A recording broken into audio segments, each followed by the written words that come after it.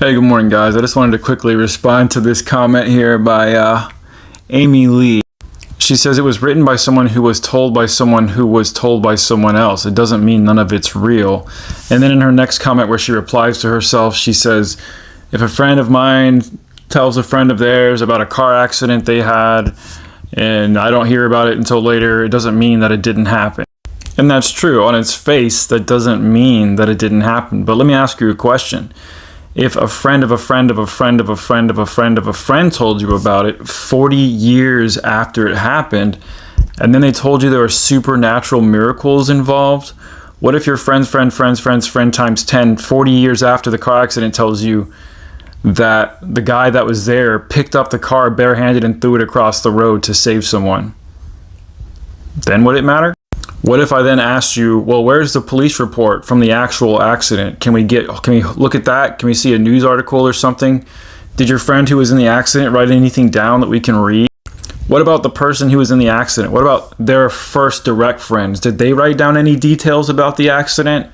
Was there any proof whatsoever of the car flipping and throwing thing?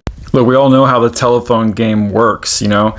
And in my opinion, Christianity is sort of an amalgamation of a lot of different telephone games that came together.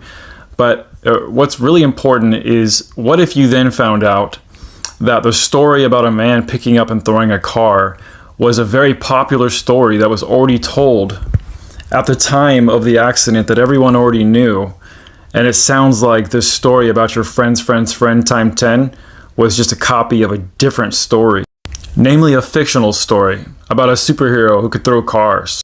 At some point when you're playing the telephone game for 40 years and no one writes anything down, and then the original so-called story includes miraculous events that never happen anywhere in history that we can prove ever, then you have to start wondering if maybe your friends are full of it. So let's just flip this around, right? Let's say, instead of saying, you know, just because my friend's friend told me something doesn't mean that it's not true, why don't you try a different approach and say, just because my friend's friend told me something doesn't mean it is true?